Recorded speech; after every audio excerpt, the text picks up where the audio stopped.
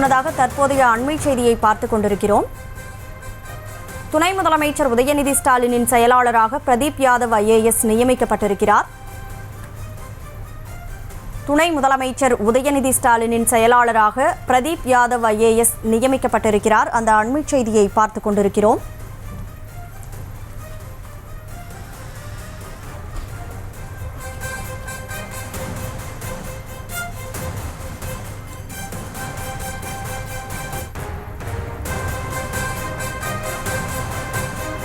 துணை முதலமைச்சராக கடந்த சில நாட்களுக்கு முன்பு உதயநிதி ஸ்டாலின் நியமிக்கப்பட்டதை தொடர்ந்து தற்போது அவருக்கு தனி செயலாளர் நியமிக்கப்பட்டிருக்கிறார்.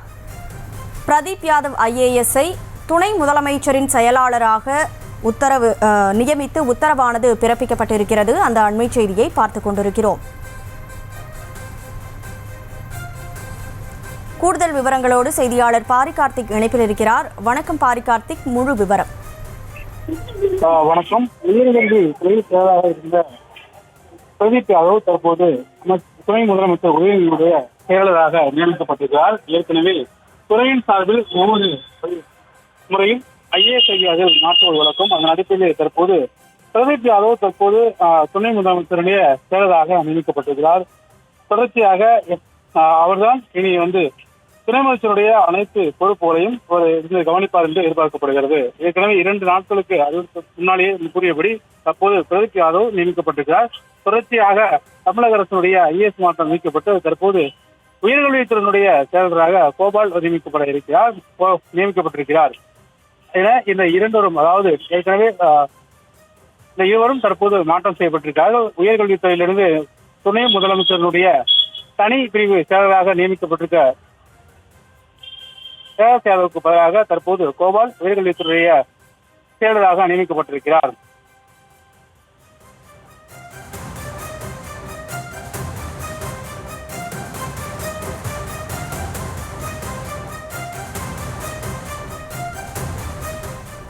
தொடர்ந்து தற்போது ஐஏஎஸ் அதிகாரிகள் இடமாற்றம் செய்யப்பட்டு வரக்கூடிய சூழலில் அது தொடர்பான அண்மை செய்தியை பார்த்துக் கொண்டிருக்கிறோம். கூடுதலாக துணை முதலமைச்சர் உதயநிதி ஸ்டாலினின் செயலாளராக பிரதீப் யாதவ் ஐஏஎஸ் நியமிக்கப்பட்டிருக்கிறார். தொடர்ந்து பாரி கார்த்திக், எத்தனை ஐஏஎஸ் அதிகாரிகள் இடமாற்றம் செய்யப்பட்டிருக்கிறார்கள், யார் யார் எந்தெந்த செயலாளராக நியமிக்கப்பட்டிருக்கிறார்கள் என்பது தொடர்பான விவரங்களோடு செய்தியாளர் பாரி கார்த்திக் இணைப்பில் வருவார். முன்னதாக துணை முதலமைச்சரின் செயலர் நியமிக்கப்பட்டிருக்கக்கூடிய சூழலில் அடுத்தடுத்து ஐஏஎஸ் அதிகாரிகள் இடமாற்றமானது நடைபெற்றிருக்கிறது. அந்த அண்மை செய்தியை நாம் பார்த்து கொண்டிருக்கிறோம்.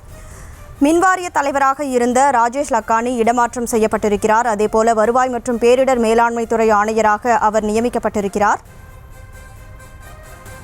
தொடர்ந்து வேலைவாய்ப்பு மற்றும் பயிற்சித்துறை, மின்வாரிய தலைவர் உள்ளிட்ட பல்வேறு ஐஏஎஸ் அதிகாரிகளின் பணியிடங்களானது மாற்றப்பட்டிருக்கிறது. அந்த அண்மை செய்தியை நாம் பார்த்து கொண்டிருக்கிறோம். இந்த நிலையில் துணை முதலமைச்சர் உதயநிதி ஸ்டாலினின் செயலாளராக பிரதீப் யாதவ் ஐஏஎஸ் நியமிக்கப்பட்டிருக்கிறார். அது தொடர்பான செய்திகளையும் பார்த்து கொண்டிருக்கிறோம்.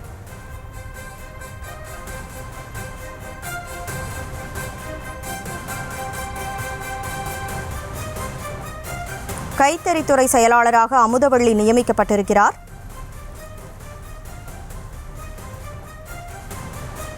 கைத்தறித்துறைக்கு இதன் மூலம் புதிய செயலாளர் நியமிக்கப்பட்டிருக்கிறார். உயர்கல்வித்துறை செயலாளராக கே கோபாலை நியமித்து தமிழ்நாடு அரசு உத்தரவு பிறப்பித்திருக்கிறது.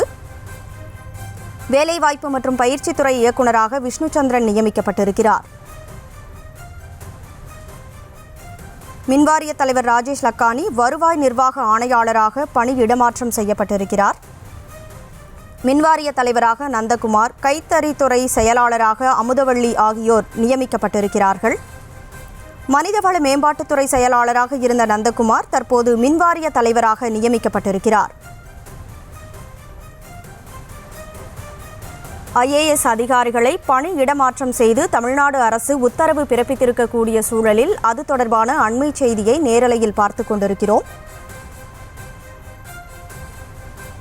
துணை முதலமைச்சர் உதயநிதி ஸ்டாலினின் தனி செயலாளராக பிரதீப் யாதவ் ஐஏஎஸ் நியமிக்கப்பட்டிருக்கிறார். தொடர்ந்து யார் யார் எந்தெந்த பதவிக்கு மாற்றம் செய்யப்பட்டிருக்கிறார்கள் என்ற கூடுதல் விவரங்களோடு செய்தியாளர் பாரி கார்த்திக் இணைஞ்சிருக்கிறீங்க. இனி உங்களிடம்.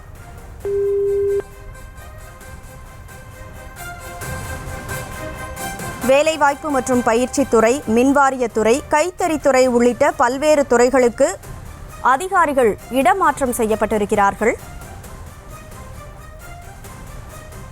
உயர்கல்வித்துறையின் புதிய செயலாளராக கோபால் நியமிக்கப்பட்டிருக்கிறார். கல்லூரி கல்வி இயக்குநராக சுந்தரவல்லி நியமிக்கப்பட்டிருக்கிறார். மனிதவள மேம்பாட்டுத்துறை செயலாளராக இருந்த நந்தகுமார் மின்வாரிய தலைவராக நியமிக்கப்பட்டிருக்கிறார். அதேபோல உயர்கல்வித்துறையின் புதிய செயலாளராக கே கோபால் நியமிக்கப்பட்டிருக்கிறார். தொடர்ந்து IAS அதிகாரிகளை பணி இடமாற்றம் செய்து தமிழ்நாடு அரசு உத்தரவு பிறப்பித்திருக்கக்கூடிய சூழலில் கூடுதல் விவரங்களோடு செய்தியாளர் ராஜேஷ் இணைப்பில் இருக்கிறார். வணக்கம் ராஜேஷ், மொத்தம் எவ்வளவு IAS அதிகாரிகள் இடமாற்றம் செய்யப்பட்டிருக்கிறார்கள்? யார் யார் எந்தெந்த துறையிலிருந்து மாற்றப்பட்டிருக்கிறார்கள்? வணக்கம். தற்போது அமைச்சரவை மாற்றம் நடைபெற்றதை தொடர்ந்து IAS அதிகாரிகளும் மாற்றப்பட்டிருக்கிறார்கள். பல துறையில் இருந்த செயலாளர்கள் மாற்றப்பட்டு வெவ்வேறு துறைகளுக்கு மாற்றப்பட்டிருக்கிறார்கள். இந்த அமைச்சரவை மாற்றம் நடைபெற்ற போதே அதனை ஒட்டி இந்த IAS அதிகாரிகளுடைய மாற்றம், அதாவது துறையினுடைய செயலாளர்கள் மாற்றம் என்பது இருக்கும் என்று தலைமைச் செயலக வட்டாரத்தில் கூறி வந்தார்கள். எனவே தற்போது அதிகாரப்பூர்வமாக அந்த அறிவிப்பு என்பது வெளிவந்திருக்கிறது. உயர்கல்வித்துறை செயலாளராக புதிதாக டாக்டர் கே கோபால் நியமிக்கப்பட்டிருக்கின்றார். கோபால் பொறுத்தவரையில அவர் தற்போது மீன்வளத்துறை, அதே போல மற்ற துறைகளினுடைய இந்த கால்நடை உள்ளிட்ட துறைகளினுடைய செயலாளராக பணியாற்றி வந்தவர். அவர் தற்போது உயர்கல்வித்துறைக்கு மாற்றப்பட்டிருக்கிறார். உயர்கல்வித்துறை செயலாளராக செயல்பட்டு வந்த திரு பிரதீப் யாதவ் மூத்த IAS அதிகாரி, ஏற்கனவே நெடுஞ்சாலை உள்ளிட்ட பல்வேறு துறைகளில் பணியாற்றி இருக்கக்கூடியவர். அவர் தற்போது உயர்கல்வித்துறையிலிருந்து மாற்றப்பட்டு புதிதாக உருவாக்கப்பட்ட பணிக்கு மாற்றப்பட்டிருக்கிறார். அதாவது தமிழ்நாட்டில் புதிதாக துணை முதலமைச்சர் பதவி உருவாக்கப்பட்டிருக்கின்றது. அதாவது உதயநிதி ஸ்டாலின் அவர்கள் துணை முதலமைச்சராக நியமிக்கப்பட்டிருக்கிறார். எனவே அவருடைய செயலாளராக பிரதீப் யாதவ் அவர்கள் செயல்படுவார் என்று தெரிவிக்கப்பட்டுள்ளது. அதே போல மின்சார வாரியத்தினுடைய MD-யாக செயல்பட்டு வந்தவர் ராஜேஷ் லஹானி, அவர் தற்போது மாற்றப்பட்டிருக்கிறார். அவர் எந்த துறைக்கு மாற்றப்பட்டிருக்கிறார் என்றால் நிதி நிர்வாகம், அதாவது ரெவென்யூ அட்மினிஸ்ட்ரேஷன், அந்த துறையினுடைய ஆணையராக அவர் மாற்றப்பட்டிருக்கின்றார். இதற்கு முன்பு அந்த பொறுப்பு என்பது அமுதா IAS அவர்களிடம் கூடுதல் பொறுப்பாக இருந்து வந்தது. அந்த பொறுப்பு தற்போது ராஜேஷ் லஹானி அவர்களுக்கு கொடுக்கப்பட்டிருக்கிறது. அதே போல திறன் மேம்பாட்டுத்துறை, வேலைவாய்ப்பு மற்றும் அந்த பயிற்சி மேம்பாட்டுத் துறையினுடைய ஆணையராக சுந்தரவல்லி IAS அவர்கள் செயல்பட்டு வந்தார். அவர் தற்போது மாற்றப்பட்டிருக்கின்றார். அதே போல விஷ்ணு சந்திரன் IAS ஜாயிண்ட் செக்ரட்டரியாக இருந்து வந்தார். அவர் பொதுத்துறையினுடைய இணை செயலாளராக செயல்பட்டு வந்த நிலையில அவர் தற்போது மாற்றப்பட்டிருப்பதாக அந்த அறிக்கையிலே குறிப்பிடப்பட்டிருக்கிறது. அதே போல Amudhavalli IAS, Lilly IAS, Lalitha IAS போன்றோரும் தாங்கள் வகித்து வந்த பதவியிலிருந்து மாற்றப்பட்டு வெவ்வேறு துறைகளுக்கு மாற்றப்படுவதாக அறிவிப்பு வெளியிடப்பட்டிருக்கிறது. அதே போல பவன்குமார் அவரும் அவர் இதற்கு முன்பு கமிஷனர் கார்ப்பரேஷன் திருப்பூர், அதாவது திருப்பூர் மாநகராட்சியினுடைய ஆணையராக செயல்பட்டு வந்த நிலையில் அவர் தற்போது வேறு துறைக்கு மாற்றப்பட்டிருக்கிறார். அதாவது deputy secretary to the public department என்று குறிப்பிடப்பட்டிருக்கின்றது. இதே போல மற்ற துறைகளை சார்ந்தவர்களும் வெவ்வேறு துறைகளுக்கு மாற்றப்பட்டு இந்த புதிய உத்தரவுகள் பிறப்பிக்கப்பட்டிருக்கின்றது. நீண்ட ஆண்டுகளாக ஒவ்வொரு பணியில இருந்து வந்தவர்கள் தற்போது வெவ்வேறு பணிகளுக்கு மாற்றப்பட்டிருக்கிறார்கள்.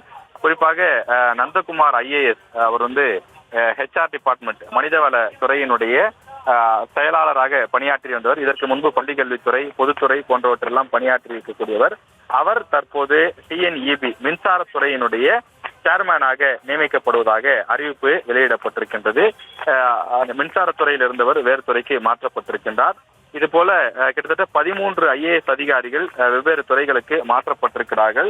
அந்த துறையில் இருந்தவர்கள் வேறு பணியிடங்களுக்கு மாற்றப்பட்டிருக்கிறார்கள். அமைச்சரவை மாற்றத்தை தொடர்ந்து இந்த IAS அதிகாரிகள் பணியிட மாற்றம் என்பது செய்யப்பட்டிருக்கிறது. இந்த ஒரு அறிவிப்பை தொடர்ந்து மேலும் சில அதிகாரிகளும் கூட மாற்றப்படுவார்கள். இந்த வாரத்திற்குள்ளாக அந்த மாற்றங்கள் இருக்கும் என்றும் அதிகாரிகள் தகவலாக நம்மிடம் தெரிவித்திருக்கிறார்கள்.